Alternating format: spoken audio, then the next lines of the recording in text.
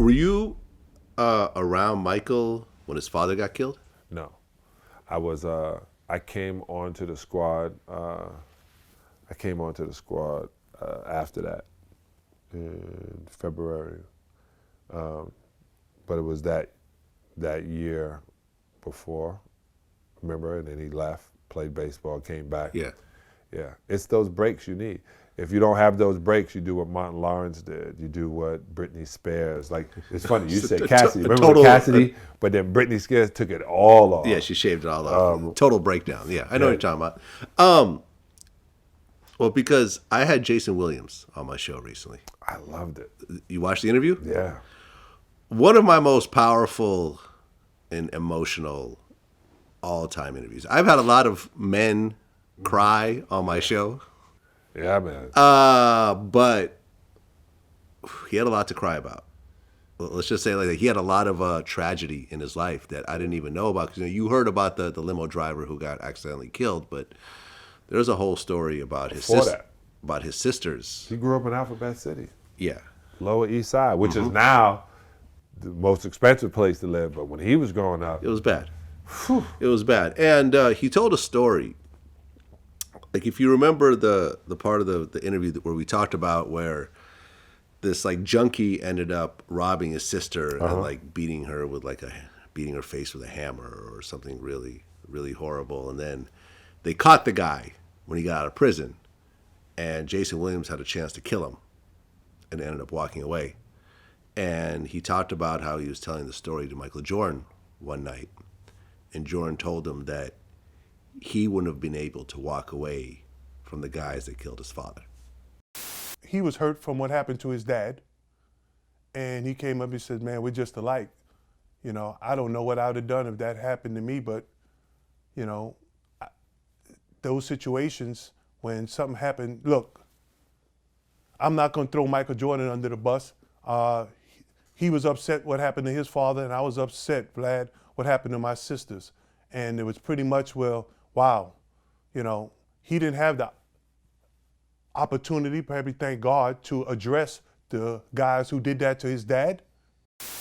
Really? He would have had to kill him. Yeah, but it wouldn't have brought him any joy. Maybe for a second. For a second. Right, but... revenge isn't always overrated. Yeah. There's a reason why it's always been around. Right, but that's why you want to prolong it. Yeah, we're about to go medieval on their ass. Right. That's when you start, at that point. But it's not going to bring the person back. I had a chance when my best friend got murdered. We found out who did it, and it was so stupid. Your best friend got murdered? Yeah, my best friend got murdered when I was in second year in college. Okay. And what was it over?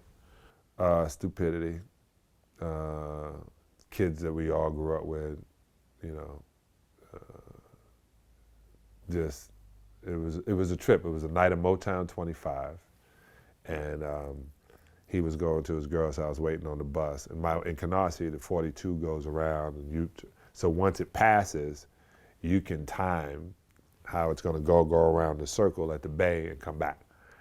And they were watching Motown, and guys started slap boxing, and then slap boxing turned into pulling the Jimmy out and then shooting him. But, shot him with a 22, so he had to die slow. Oh, man. I know. So then, as opposed to calling cops said it was a problem, they try to put him in a dumpster. So now it's like, how'd he get there? And then when they found out who it was, the neighborhood went and crashed all the windows. It was dead of winter too, right? So they have no windows in their apartments. The family is being threatened every time on the street.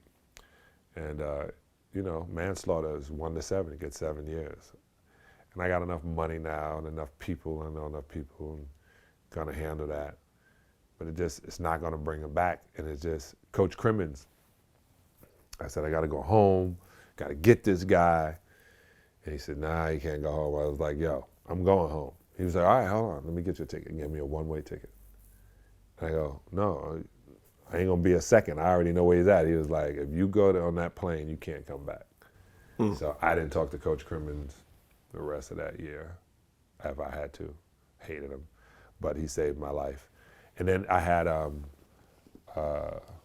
Rob was at, and then I paid attention to. His name was Robert Padron.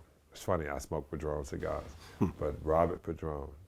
And did he want to do it? Did he, you know, what was happening? Why did he pull a gun out? Like, why would you pull a gun out on Lloyd? It's just, like I said, certain things happen just like that, can change your life. And I could have gotten on the plane and changed. I wouldn't be sitting in front of you.